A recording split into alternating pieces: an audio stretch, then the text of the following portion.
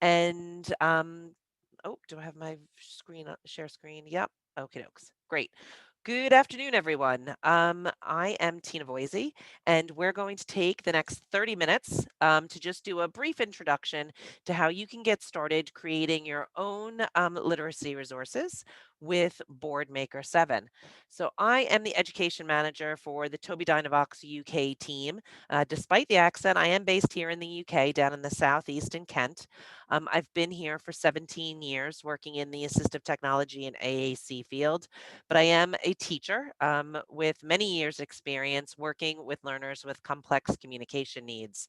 I am part of a much bigger team of account managers in the UK. I'm accompanied today by my colleague, John Little. We all are here to help you learn about Boardmaker and any of our other solutions in more detail. Like I said, this session is just for a quick introduction, but we'll make sure that you've got everybody's contact information um, in a follow-up email so you can reach out to your local account manager who can give you a more personalized and in detail session on Boardmaker or anything else that we do. So, we are going to take a look at how Boardmaker can support you with your literacy instruction. And we know that comprehensive literacy instruction really encompasses a little bit of everything always. So, looking at alphabet and phonological awareness, providing lots of opportunities for shared guided and independent reading, and making sure that we give our learners opportunities to engage in writing as well. And another component of this is also learning what our learners have understood about what they've been engaging in and what they've been reading and writing about. And obviously, that's the comprehension part. But I add communication because we know many of us are supporting people who have difficulties with communicating what they know and what they've learned. So communication plays a big part in this, specifically for those who are using AAC.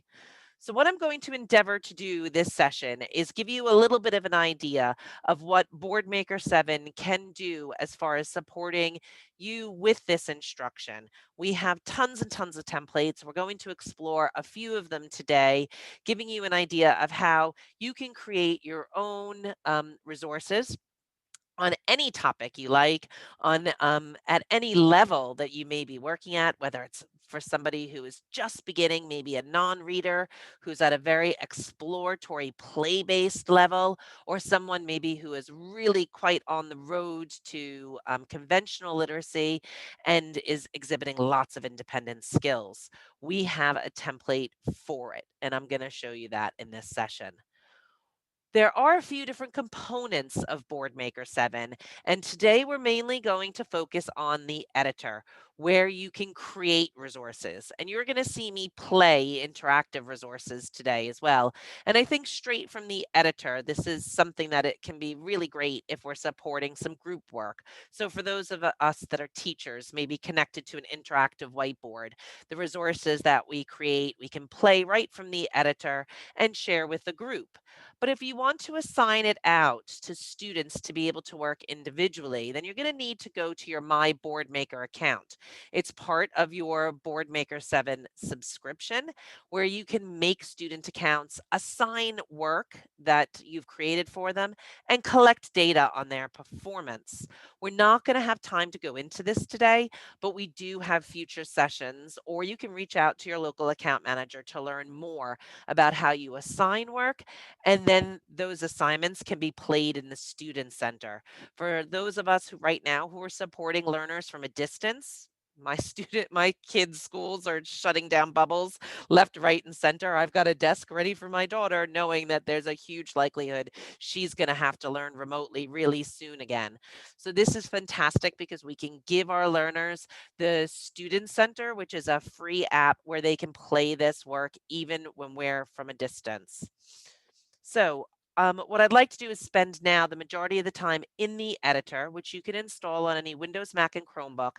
And we're going to take a look at a few of the over 150 templates Boardmaker 7 provides, which are pre-programmed and ready to go. All you need to do is add in your personalized content and media if you wish to make really accessible resources, whether we're using touch, switch, mouse, or eye gaze. You can also create resources from scratch, but today we're going to focus on the many, many templates. I will send you in a follow up the interactive template guide, which has been created, which gives you a little thumbnail of all of the different templates, a description of the template, and if there are various options for it, as well as some implementation ideas. This document is over 20 pages. There are lots and lots of different templates for you to flip through.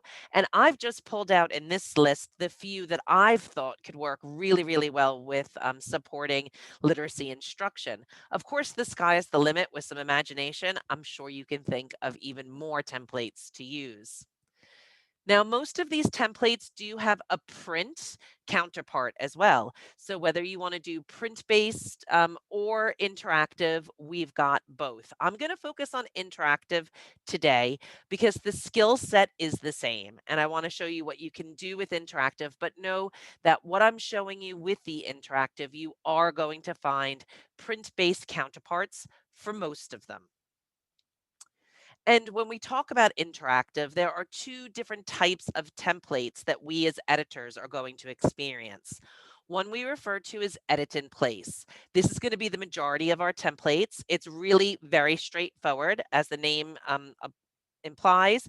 You just go right in to any of the cells and in place, go click, press return, and start editing it. I'm going to illustrate that today, as well as a table-based template, which as an editor, we're just brought to another level of editing. We're presented with a table that we put information in. The user experience is the same. It's just a little bit different for us as editors. And I'm going to show you an example of both in this session. While we get into the table based, we're also going to take a look at activity settings. I think it's really important, particularly when we're doing literacy instruction, that we make sure that we give the right auditory feedback. The English language, as we know, is very complex, and sometimes synthesized speech just isn't enough. Maybe it's differentiating the difference between pronunciation of two different words or making sure that we get that onset sound exactly right. So I'm going to show you how you can edit what we give you as pre-programmed templates to make them just that extra bit precise for the situation that you're working in. So that's the end of my death by PowerPoint. We're going to move into the editor now, and I'm going to show you how you can get started really, really quickly and easily. Just bear Quick with me question. for Quick 1 second. question. Yep. Quick question from Lynn. Can you print directly from the editor, or do you have to create a PDF and print from there? Yes, you do. You have to create from PDF first. And at the end, I'll be happy to go into detail and explain how that works and why. But yes, you print from to PDF first, and then from there you can print. So you should be seeing my dashboard now. It looks like my screen is paused. Hold on a second. I've messed up my screen share here. I'm doing something wrong. There we go. Now it should be right. Fab. So I've opened up my Boardmaker 7 editor. So it brings me straight to my dashboard. I can see my most recently created resources. So you can see I've been doing a little bit of prep for this session. I can also go to my Boardmaker where I can see everything that's saved into my Boardmaker account. So that cloud storage that follows me around, regardless as to whether I'm working on my home computer, my classroom computer, the laptop that I take out and about with me, my resources can follow me around. What we're going to do in this session is focus on creating new resources. So I'm going to click on New here, and my template picker is going to open up. I highly recommend that you take a look at the template guide so that you don't do what I did the first couple of months. I worked with Boardmaker Online, which is the first time we really introduced these templates, and just kept picking the same ones. There are so many templates for you to take a look at, and it's really, I think, in the template guide, the best way for you to get an understanding of the breadth um, of templates and subjects that we cover, because there are so many. The team, I think, have done a really great job to try to help organize these. So you can see I can choose print or interactive. And then when I'm in interactive, I've got all these subcategories.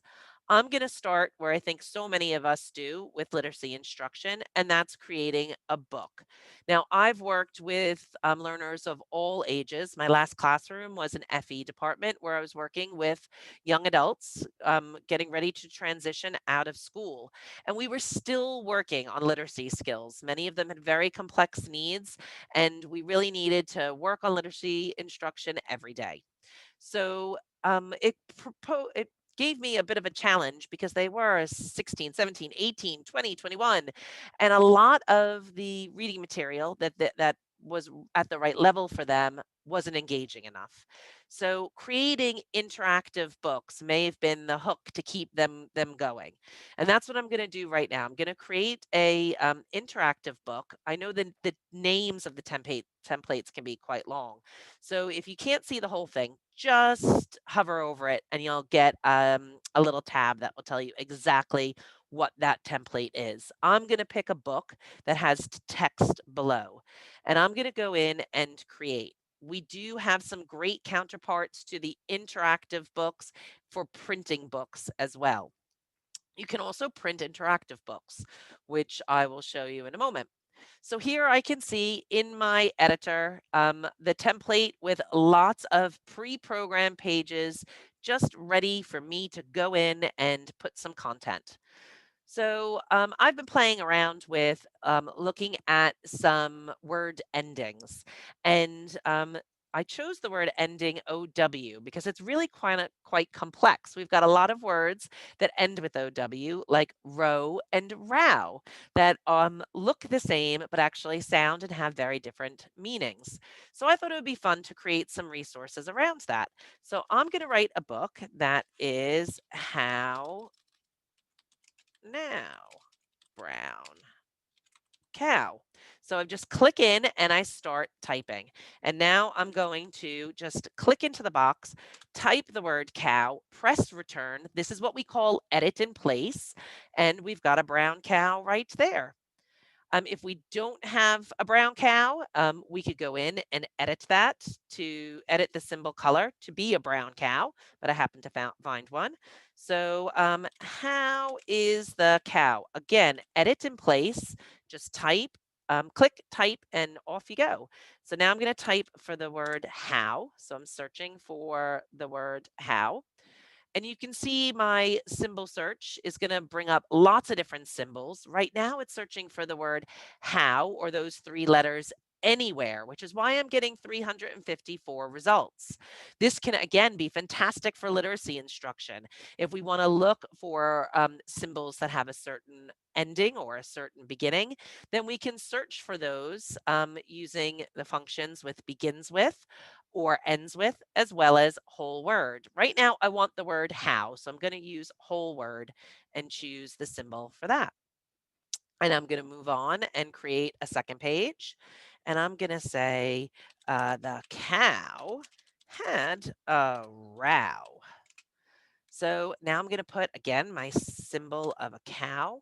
So I'll stick with my brown cow, but I'd like him to be having a row with another cow. So I'm going to choose over here on the right hand side the symbols panel, because if I go in and type cow again to get a second symbol, I'm just going to get caught in a loop, constantly replacing that picture. So to add a second picture to this, I'm going to go to my symbols panel over on the right hand side, and I'm going to type for cow because I would have two cows having a row. So I'm going to grab this cow and I'm just going to drag and drop to place him next to my other. So I'm going to add rather than replace.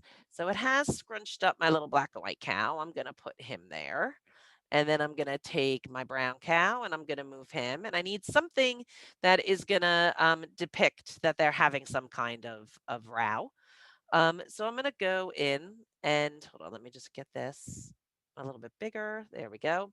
So something that depicts that they're having a row. I know that we have a speech bubble. If I type in the word swear, it's not pulling up swear words. We do have symbols for swear words, but I'm just going to put this one in and add that. So it looks like the cows are having a row there. And I can continue to go in and edit the rest of the book, but I'm not going to do that right now.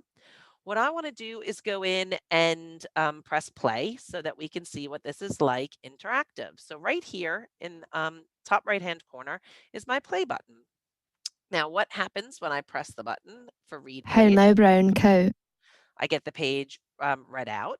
When I click on talk about, because remember, communication is going to be a big part of this, we want to provide plenty of opportunities to make connections with the text. So having communication supports are essential. So we have a talking board here where we can go in and I can say, oh, I wonder what that What does that means. mean? Oh, well, I don't know. I I like like this this book. book. Oh, you know what? Let's go on and read another, turn the page Turn the page. and find out what happens. So I can go through and use that built-in communication board that we provide that's on every page. So I can go through. I can also click Is on just one word if I want that word read out cow to me. the Now we can make some changes. Maybe I want to change that talk about board, or we can also have a communication board that pulls from the text on the page. So this is not necessarily right on the surface. I can scroll down to the bottom of my book and do take a look and explore what is made available in all of your templates, because I can see there's actually a little sub folder down here at the bottom where that when I click on it, I can see that I have access to that communication board. So if I wanted to go in and change the communication board, because we're working on words like row and row and bow and bow. Maybe I want to put something else in, like that sounds different. So I'm just clicking in, even if there's text there, typing, pressing return for that edit in place, and finding a new symbol. Or maybe we want to say that sounds the same because we're really focusing on our word endings there. So I can put that in. We also have this pop-up, which is going to pull symbols from the page. Now, by default, it's set to the communication board. But as I said earlier, we can get to sort of the guts of this template and change things that go beyond that basic edit in place. So if I go to the top left-hand corner here to this little burger, the 3 bars, I'm going to find activity settings. And this is going to let me dig a little bit deeper with this template. So it's pulling up all of the settings for me that affect all of the pages and are going to let me do a higher level of editing. Like maybe I want to turn that auto read off. I don't want my students to have it read out to them. I want them to read it independently. I'd also like to change from that pop-up communication board to the auto generation of symbols. So this is, as it says in the description, it will create symbols from the word on the page.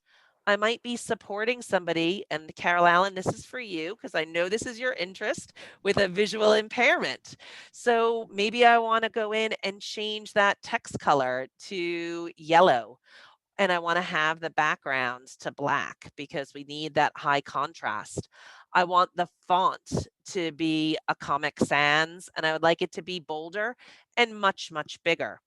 So by going ahead and doing this within the activity settings, it's going to go through and change that for every page. Also, this symbols table is how we can change the pop-up that's going to pop up, pull the words by just automatically generate them. But obviously something like row and row, we have two different meanings. So we may, in this context, want to ensure that it is the ROW that we're talking about in this context, because it may pull up a different one like the boat. Now, actually, I know we don't have a symbol for row in that meaning, so I'm going to look for argument and find that symbol and put it in. So now I want you to see how this makes some changes. So I'm going to save this all and I'm going to press play. And now we're going to see how it, hopefully, I think it's just saving in the background. Sometimes it doesn't show me. There we go, that it's saving that table. Hono brown coat. And you can see that it's gone through and it has changed my text and that high contrast background. How is the coat? Also, I must not have toggled that the right way because I wanted the auto read. Sorry, it was on no, it's auto reading because I put it on yes. So I did it opposite than I intended to. And also, rather than talk about, I now have the symbols button at the bottom, which is that auto generation of symbols. So here, maybe I want to start to do some matching, or maybe I do want to support communication and be able to use these words to communicate how we're feeling about the cow, but take them away when our intention is focusing on the letters and the words. Quick question, Tina, about that pop-up. Patrick was asking if you set the option on the pop-up options in the activity settings as none, would it also get rid of that button that your mouse is currently hovering over, or would you have to manually remove that? No, I believe it will change it if you put What it would you like to do now? to none.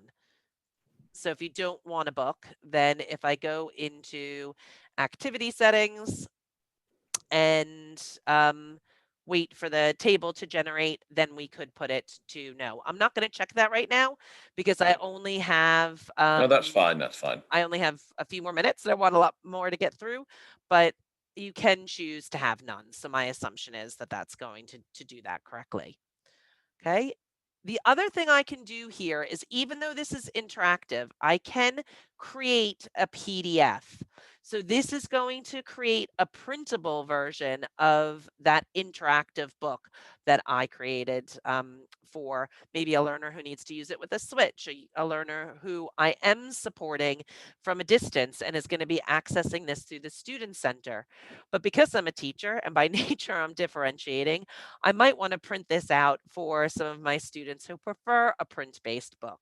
So you can print interactive books as well as have them, sorry, I'm not going to click that now, as well as have them work interactively. You can do both.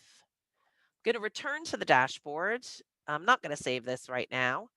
And I'm just going to show you quickly another activity, which I don't have time to edit because I want to get to a few others, but I want to show you a little bit more about the printing.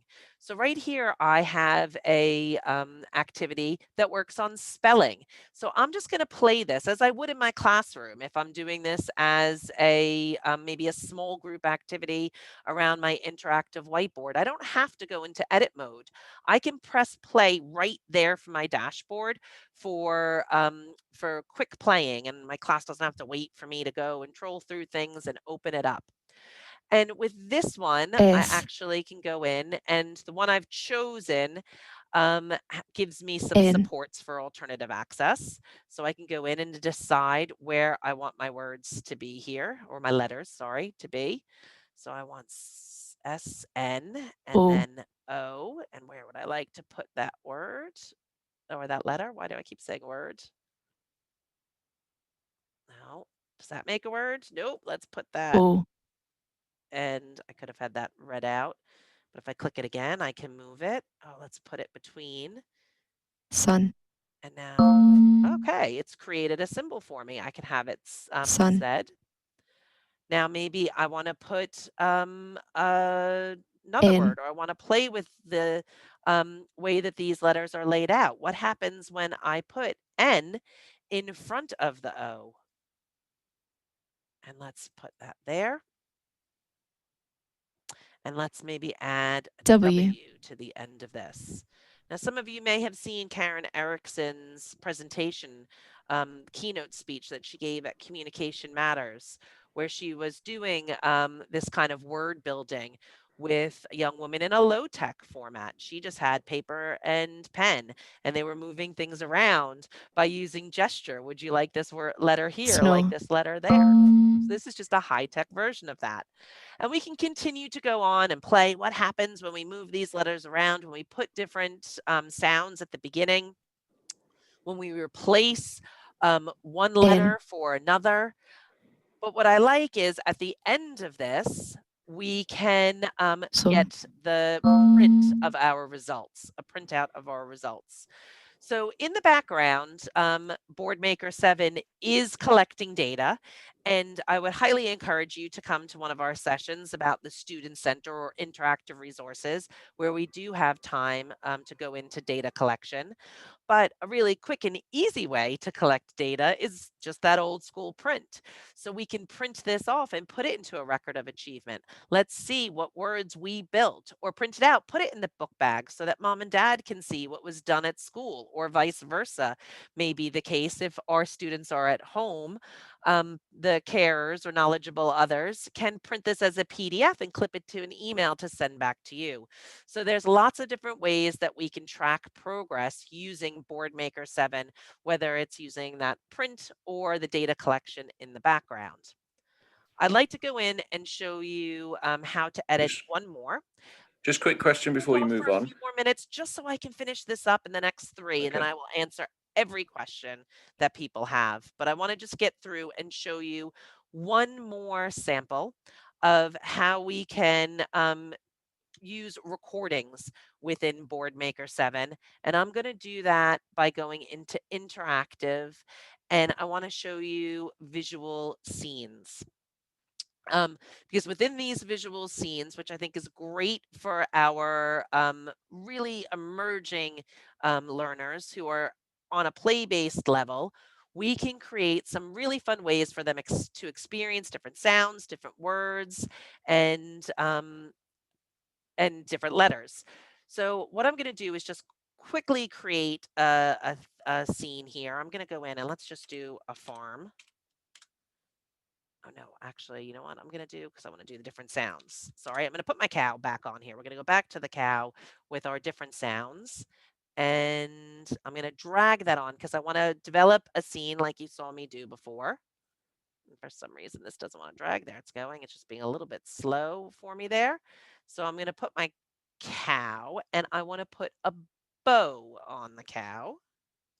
So let me go in and put a bow. And I could put a whole lot more, but for time, because I realize we've only got a couple of more minutes, I'm just going to leave it to that. Now, as you can see, there's red writing on our templates. This is for us as editors to take a look at. And it's saying add a picture below, which I just did. Position and resize the hotspots. So these hotspots are here on the side. So I'm just going to grab one of these, and I'm going to go in and then have it kind of cover most of my cow here. And then I'm going to grab another hotspot because I want to cover the bow. So I'm just grabbing that and bringing that over. And I'm going to type the words into them so that we get that, that support in our words and spelling. So hold on one second. Sorry, I've got too much activated here. So I'm going to do cow, and I'm going to do bow. I don't want that label below the cow. So in the properties panel, and we get really into the properties panel in our webinars about creating printed resources and interactive resources. We spend a lot more time on the properties panel there, but just by clicking on this button here, I've been able to take that label away from the bottom. So now I'm going to go ahead and press play and show you what this is like. So as a learner, I can go ahead and hover over things. And when I click on it, Bow. now that said bow, but it didn't really quite say it as clear. I couldn't see if it was bow or bow. So we do have in a lot of our templates the ability to record our own sound. So I can click on this record button, and then it's going to allow me to click on one of the hot spots. So I can click on this, bow, and very, very clearly put in my own recording. Maybe I want to record cow as well.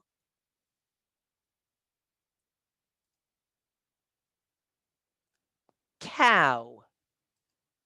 And it could be that we're working on certain onset sounds or really focusing on those word endings. I can click on this. Oh, sorry, I was bow. talking. But you could hear how you can bring in your own recordings, and they're peppered throughout a lot of the cow. other templates that we present. And I think it's a really important point to make, particularly around literacy supports, that we can really make sure that we've got those correct pronunciations. I had grand plans of showing you more, but I realize I'm already a minute off. I'm happy to stick around and show more and answer those questions, but I do just want to go back for those of you that do have to get back to your classrooms, wrap up with a little bit more information, and then we can stick around for answers. So we will send you some support in the follow-up. So we have some great supports from quick tutorials that you can print out, that you can follow step by step. There's also the interactive template guide, which I highly urge you to take a look at and see all of these different templates that we provide within Boardmaker 7. You will also find lots of training videos, and we're going to send you links to recordings of other webinars. We have a new element of our training arm within Tobii Dynavox, and that's called the Learning Hub. My colleagues over in the US have been recording lots and lots of fantastic webinars that you can watch on demand.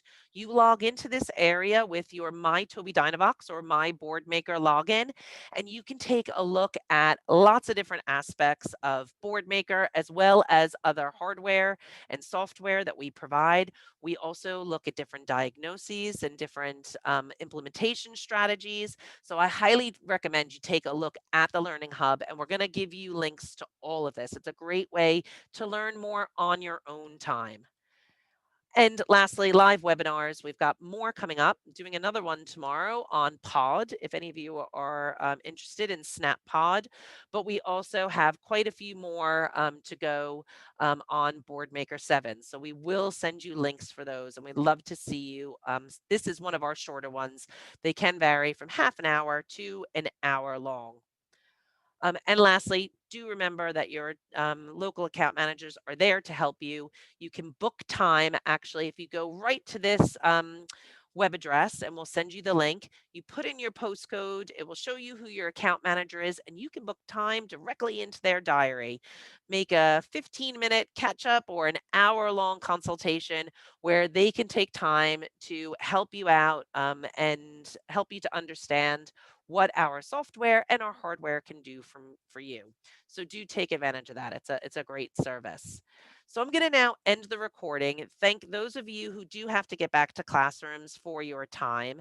And anyone who'd like to stick on, I will answer your questions and go into much further detail because I've got nowhere to go for about another hour. So thank you very much. Enjoy the rest of your afternoons. I'm just going to stop